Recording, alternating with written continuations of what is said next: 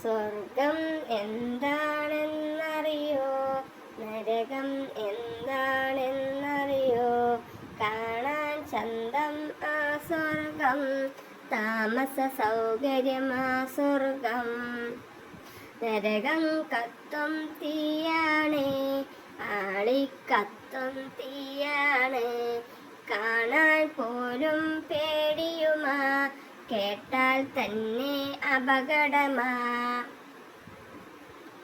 സ്വർഗത്തിൽ പഴമൊരുപാട്, കൊതി തീരാതവർ നിലപാട്. വയറ് നിറച്ചും പഴവർഗ്ഗങ്ങൾ ഇഷ്ടം പോലെ ലഭിച്ചിടും.